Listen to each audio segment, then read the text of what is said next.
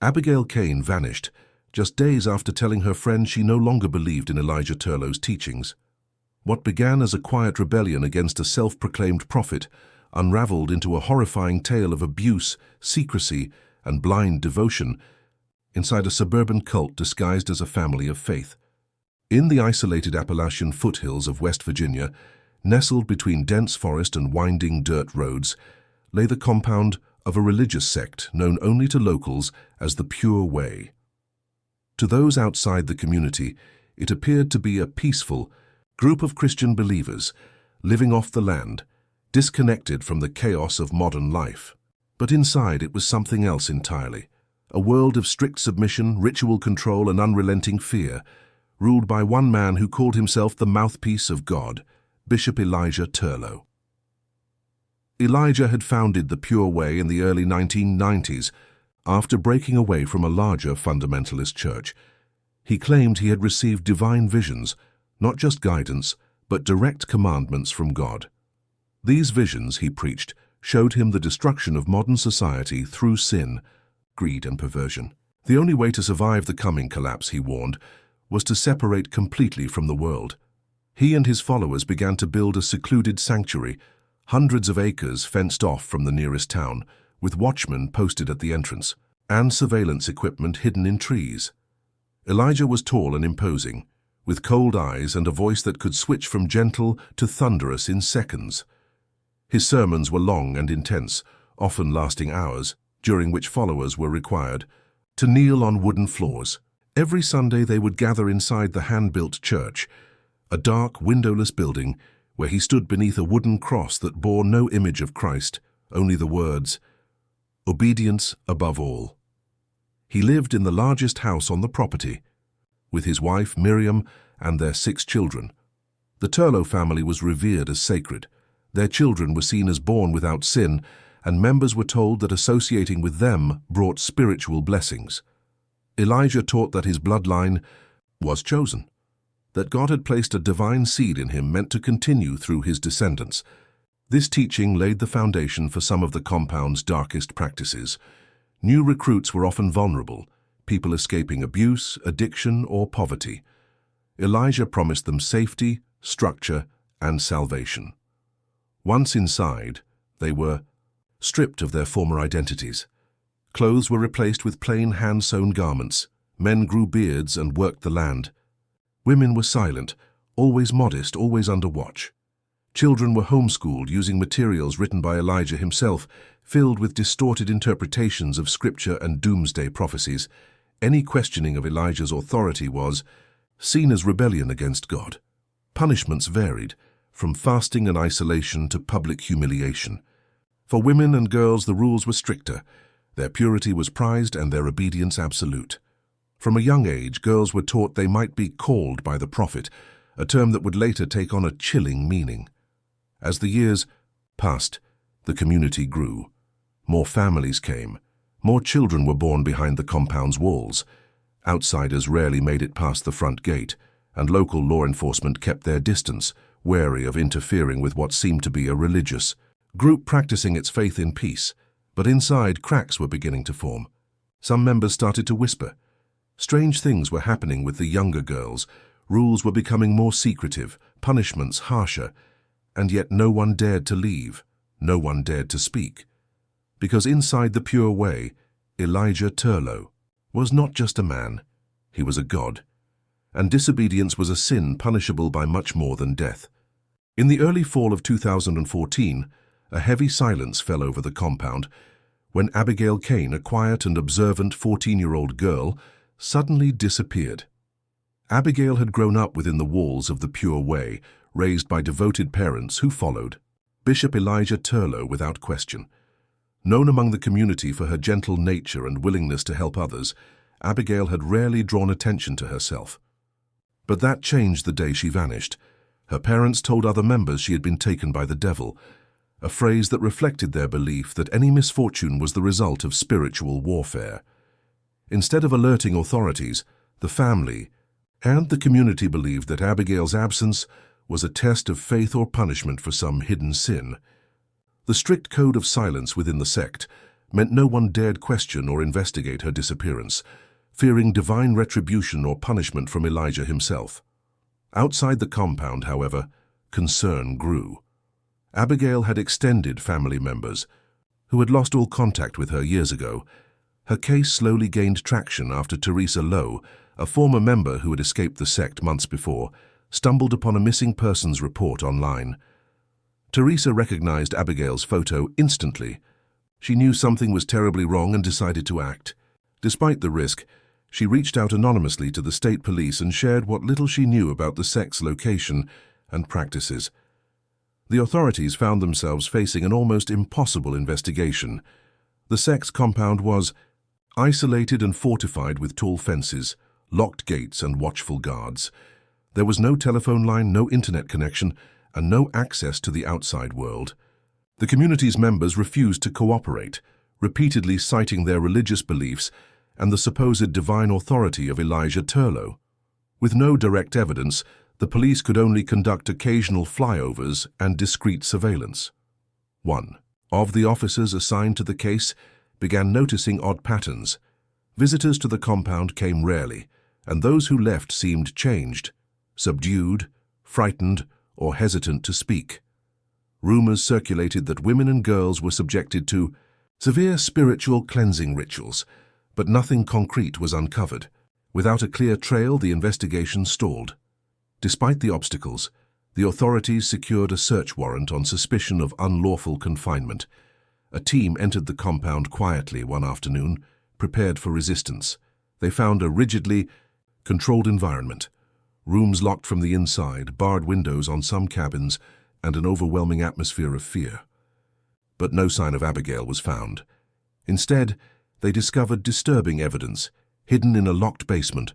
Officers uncovered notebooks filled with strange religious writings and logs of so-called corrections administered to members, many involving young girls. Among the most unsettling discoveries were videos recorded by the sect itself. These showed girls forced to confess imagined sins under duress, tears streaming down their faces, as Elijah's voice boomed in the background.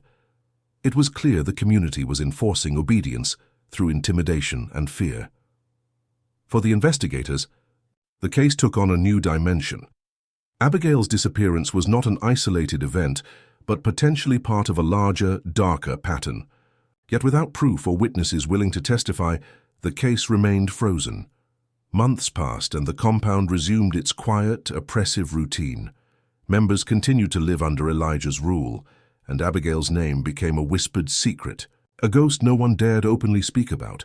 Then, just as hope began to fade, a wildfire that swept across the nearby forest would lead to an unexpected discovery, one that would shatter the facade of the pure way and reveal horrors no one had imagined.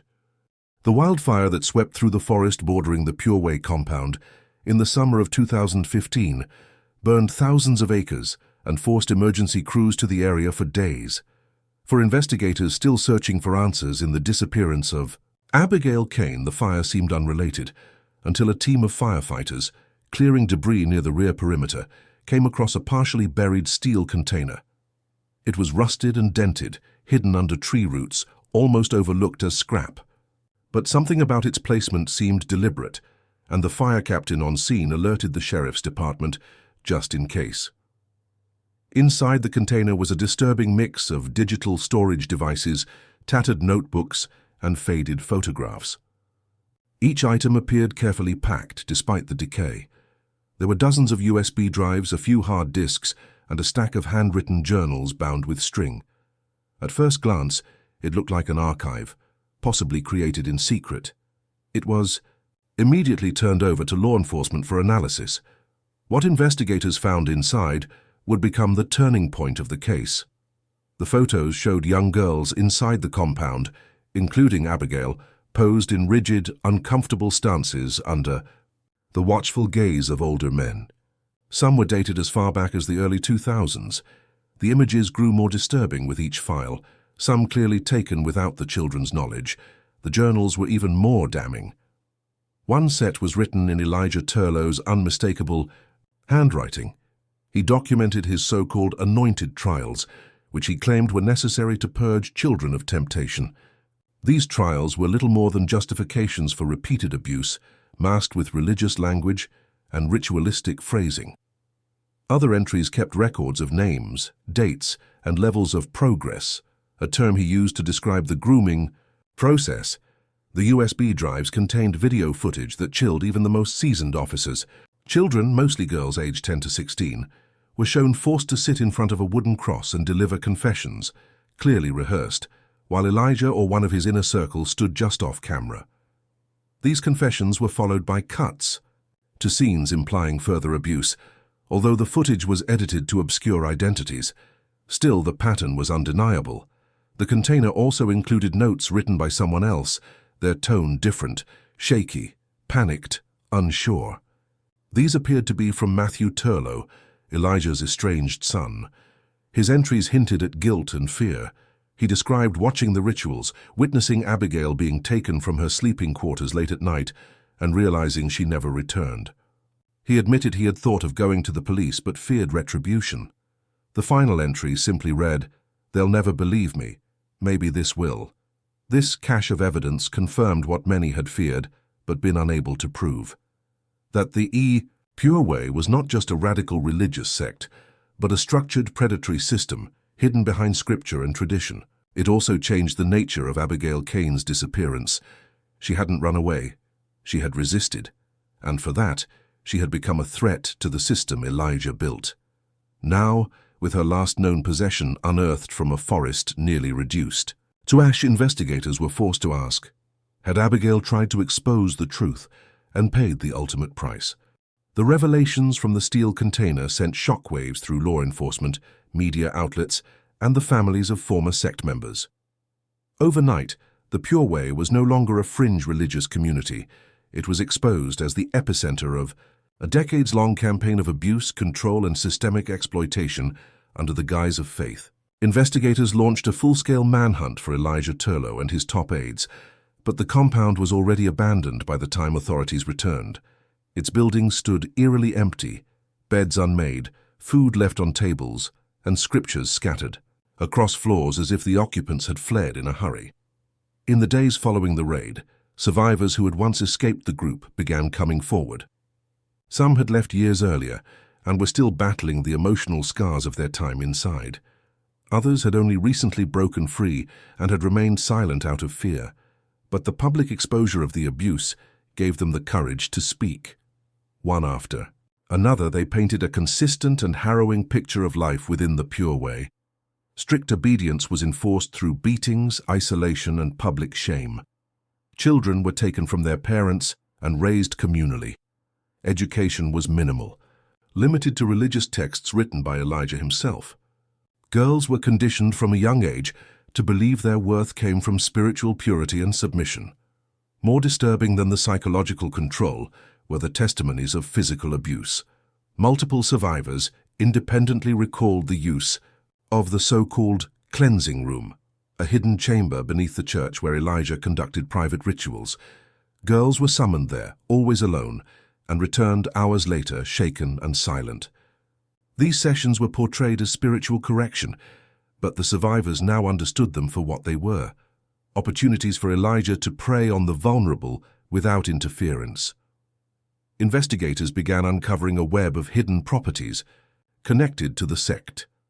In remote towns across the South and Midwest, houses, cabins, and makeshift churches were found that had ties to the Pure Way. Some had already been abandoned. Others were still occupied by loyal followers who denied any wrongdoing and refused to cooperate with authorities. In one case, a hidden crawlspace beneath a Missouri farmhouse contained items belonging to missing children, including Abigail Cain's school ID and a locket she had reportedly worn every day. The FBI became involved, labeling the Pure Way an organized criminal religious cult. A special task force was formed to trace Elijah's movements and intercept any efforts to regroup. Former members warned that even with Elijah gone, his teachings had taken root.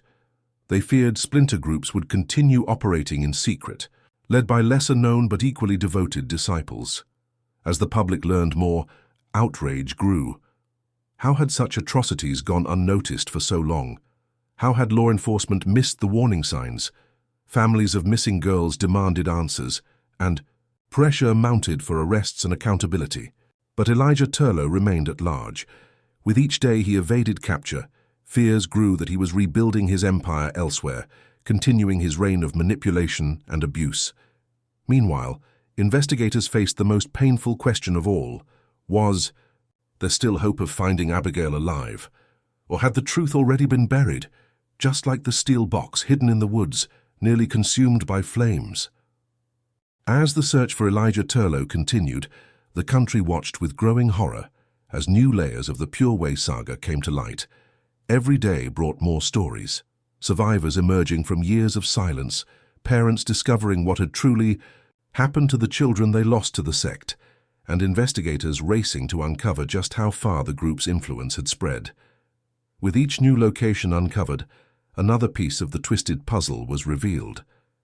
Elijah had not only orchestrated the abuse, but had built a secretive network of properties, safe houses, and loyal followers willing to hide him. Authorities pursued leads in multiple states, but Elijah remained a ghost. His last confirmed sighting came from a security camera outside a gas station in rural Arkansas. He looked thinner, grayer, but unmistakably calm. He bought a coffee, paid in cash, and disappeared into the early morning fog. The FBI believed he was using forged documents and being aided by members of the original sect who had either escaped scrutiny or blended into other religious communities. Some of these splinter groups denied any connection to Elijah but preached eerily similar doctrines. Others went completely underground. Back at the original compound, forensic teams uncovered a small sealed basement room beneath the sanctuary floor, previously hidden beneath the altar. Inside was a chair, shackles bolted into the wall, and religious texts annotated with chilling commentary. Blood traces confirmed that someone had been injured there, but it was impossible to say who. Investigators believe this might have been the true location of the cleansing rituals referenced in Elijah's journals. The chair, facing a blank wall, symbolized the psychological torment as much as the physical abuse. The most heartbreaking discovery came not from a hidden room or a USB drive, but from a breakthrough in forensic technology. DNA from Abigail's toothbrush, which had been stored since her disappearance, was used to match a partial blood sample found on a journal inside the steel container. The match was conclusive. It placed Abigail inside the room and confirmed she had been injured. The timeline, the journal entries, and witness testimonies all pointed to the same conclusion. Abigail had resisted, and Elijah had seen her as a threat to everything he built. Despite this evidence, her body was never found. Some believed she had been killed and buried in an unmarked grave on one of the sect's abandoned properties. Others clung to the theory that she had escaped, that someone within the group had helped her flee before she could be silenced permanently. Rumors surfaced online about a girl matching her description seen in a bus station in Oklahoma years prior, but nothing was ever confirmed. The story of the Pure Way came to represent more than one girl's disappearance. It was a reflection of unchecked power, blind obedience, and the terrifying potential of religious manipulation. Abigail Cain's name became a symbol for the voiceless victims who had suffered in silence. Although Elijah Turlow was never found, his empire of fear had been exposed, dismantled, and burned to the ground, just like the forest that gave up its secrets when the fire swept through.